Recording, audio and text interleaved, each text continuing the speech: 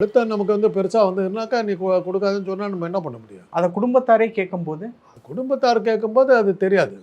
அது வந்து பொதுவா நாங்க வந்து குடுத்துருவோம். குடும்பத்தார்கள் வந்து அத வந்து அழுத்தங்க இத அவங்க குடும்பம் என்ன இன்ஃப்ளூயன்ஸ கொண்டு வருதுங்கிறத பொறுத்து இருக்கு. ரொம்ப பெரிய இடமா இருந்தாக்க நம்ம எடுத்து மறைச்சிக்க முடியும். சில பேர் வந்து கேட்பாங்க, "சார் அத சொல்லாதீங்க சார்ன்னுவாங்க." அதெல்லாம் வந்து சந்தர்ப்பத்துக்கு ஏத்த மாரி அந்த டாக்டருடைய மனநிலையை பொறுத்து இருக்குது. மாத்தி குடுக்க முடியும். "கற்பழிப்புல இறக்கல" அப்படின்னு சொல்லலாம். ம்.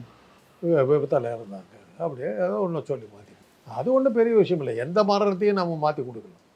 கண்டுபிடிச்சே ஆகணும்னு ஒரு கட்டாயம் வந்ததுனா தான் நம்ம செய்யணும். அப்படிதான் அந்த ஆளவந்தார் கொலை வழக்கு ஆமா. கண்டுபிடிக்க முடியாத அளவுக்கு அவங்க சாமர்த்தியமா தான் பண்ணாங்க. ஒரு ட்ரங்க் போட்டியில வந்து உடம்ப வச்சு ஒரு ட்ரெயின்ல ஏத்தி அனுப்பிச்சுட்டாங்க. தலைய கொண்டு போய் மெரினா பீச்ல ஆமா சொல்லியிருக்கீங்க. எதுக்கு எப்படி சம்மந்தம்? 2 ஒரே நாள் கூட ஒரு ஒரு ஒரு வார கேப்ல கொண்டு வர்றாங்க. இந்த பாடிய பார்த்துக்கிட்டு இருக்காங்க. அப்புறம் அந்த இது பண்றாங்க. அப்போ வந்து ஒரு கம்ப்ளைண்ட் வந்து ஆளவந்தார காணோம் அப்படிங்கிற கம்ப்ளைண்ட். இத 3யும் சேர்த்து தான் டாக்டர் கோபாலகிருஷ்ணன் அது எல்லாத்தையும் ஒண்ணா சேர்த்து பார்த்து ஒரு வேளை இருக்குமோன்னு சொல்லி அந்த தலைய வச்சு பொருத்தி பார்த்தா சேர்ந்து போச்சு. அப்புறம் அன்னைக்கு இருந்த வசதி இருந்த அந்த குறைவான வசதியில அவர கபாலத்த மண்டை ஓட்ட வந்து செக் பண்ணி பார்த்ததுல அவருடைய பாடி தாங்கிறத கன்ஃபார்ம் பண்ணிட்டார்.